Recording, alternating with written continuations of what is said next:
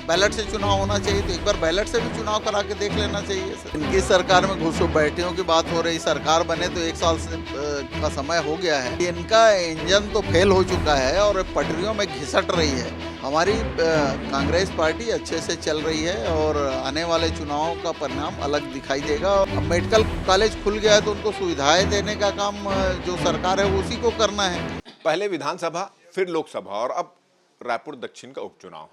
तीनों चुनाव के परिणाम आने के बाद से कांग्रेस लगातार ईवीएम में सवाल उठाती रही और फिर से ये पूरा माहौल गरमाया हुआ है। कांग्रेस के वरिष्ठ विधायक पूर्व मंत्री कवासी लखमा ने तो यहां तक कह दिया है कि अगर ईवीएम पर रोक नहीं लेगी तो कांग्रेस जो है वो अगला विधानसभा चुनाव ईवीएम पर नहीं लड़ेगी। इन तमाम मुद्दों पर चर्चा करने के लिए पूर्व मंत्री शिव कुमार डहरिया जी हमारे बीच उपस्थित हैं। आप भी सहमत हैं कि ईवीएम को लेकर गड़बड़ी होती है, उससे तो सहमत होंगे।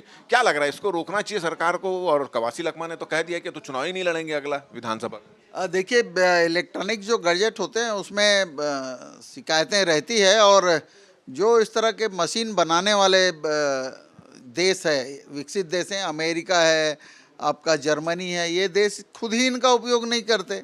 वहाँ बैलेट से चुनाव होता है।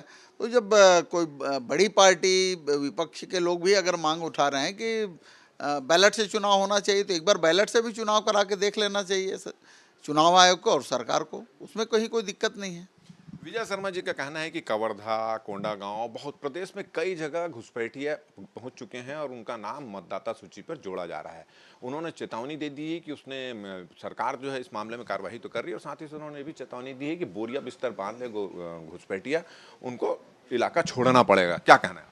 देखिए, इनकी सरकार में घुसपैठियों की बात हो रही, सरकार बने तो 1 साल से का समय हो गया है और ये कौन सी घुसपैठिए की बात करते हैं समझ नहीं आता।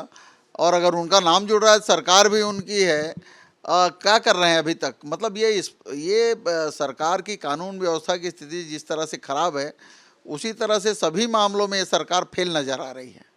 एक चीज भारतीय जनता पार्टी इन दिनों डायलॉग दे रही है कि लोकसभा विधानसभा चुनाव जीते उसके बाद उन्होंने कहा कि डबल इंजन की सरकार बनाओ, छत्तीसगढ़ में डबल विकास होगा। और अब उनका नारा यह चुका है कि अब पंचायत और नगरीय निकाय चुनाव में जिताओ तो तीसरा इंजन भी जुड़ जाएगा, तिगुने तरीके से छत्तीसगढ़ का विकास होगा। देखिए, इनका इंजन तो फेल हो चुका है और पटरियों में घिसट रही है।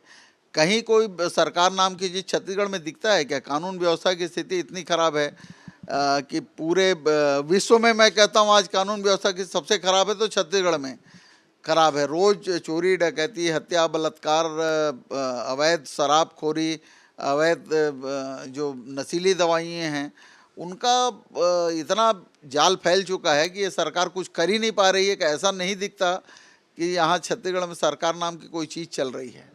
ये उपचुनाव जब आप लोग में हार हुई उसके बाद से भारतीय जनता पार्टी लगातार ये कांग्रेस पर आरोप लगा रही, तंज कस रही कि अंतर कलह खूब हो चुकी है। और आज तो केदार कश्यप जो हैं कैबिनेट मंत्री, उन्होंने कह दिया है कि दीपक बैस तो हार का चौका लगा चुके हैं। क्या कहना है? देखिए, हमारी कांग्रेस पार्टी अच्छे से चल रही है और आने वाले चुनावों का परिणाम अलग दिखाई देगा और इस बार नगरीय निकाय चुनाव में, पंचायत चुनाव में भी कांग्रेस की अच्छी पकड़ रहेगी। टीएस सिंहदेव, आप लोग लगातार सरकार पर सवाल उठाते हैं, इसके कामकाज पर सवाल उठाते हैं, इनके मंत्रियों के कामकाज पर सवाल उठाते हैं, मगर आपके एक वरिष्ठ नेता हैं टीएस सिंहदेव, उन्होंने सरकार की तारीफ कर दी अंबिकापुर में जो मेडिकल कॉलेज खुला है। इससे थोड़ी सी अजीब स्थिति निर्मित नहीं होती? देखिए, मेडिकल कॉलेज खोलने का काम तो हमारी सरकार ने किया था। कांग्रेस की सरकार ने मेडिकल कॉलेज वहाँ पे खोला है। अब मेडिकल कॉलेज खुल गया है तो उनको सुविधाएं देने का काम जो सरकार है उसी को करना है। लेकिन साल भरे से ये सरकार, भारतीय जनता पार्टी की सरकार ने तो मेडिकल कॉलेज के लिए कुछ किया नहीं, अंबिकापुर के लिए। और अभी कुछ बजट किसी काम के लिए रिलीज किया है तो ये तो उसकी नियमित प्रक्रिया, उसको करना ही है। जो काम हो चुका है उसको तो करना ही है। और आदरणीय टीएस सिंहदेव जी का बात है, वो क्यों तारीफ कर रहे हैं उसके बारे में वही बता पाएंगे। चलिए, ये थे शिव डहरिया जी और इन्होंने कहा है कि भारतीय जनता पार्टी और खासकर विजय शर्मा जो घुसपैठियों को लेकर लगातार सवाल उठाते हैं, तो उन्होंने कहा है कि अभी सरकार उनकी है, अगर कोई घुसपैठिया आए हैं तो उन पर कड़ी से कड़ी कार्रवाई करें, इसको मुद्दा नहीं बनाए, इस तरह की बात है। और साथ ही साथ उन्होंने ईवीएम का भी एक बार फिर से, जो कांग्रेस लगातार ईवीएम पर सवाल खड़ा कर रही है, पूर्व मंत्री जो शिव डहरिया, उन्होंने भी ईवीएम पर सवाल खड़ा किया और उन्होंने पूछा है कि ईवीएम बनाने वाले जिन्होंने ईवीएम का आविष्कार किया था वो इसका उपयोग नहीं कर रहे, तो भारत में भी इसके उपयोग पर सोचना चाहिए, निर्णय लेना चाहिए। हमारा ये वीडियो, हमारी ये बातचीत अगर आपको अच्छी लगी तो ज़्यादा से ज़्यादा इसको शेयर करें, सब्सक्राइब करें, अपने सुझाव हमको देना ना भूलें और मुझे और मेरे कैमरामैन रमा शंकर को दे इजाज़त। नमस्कार।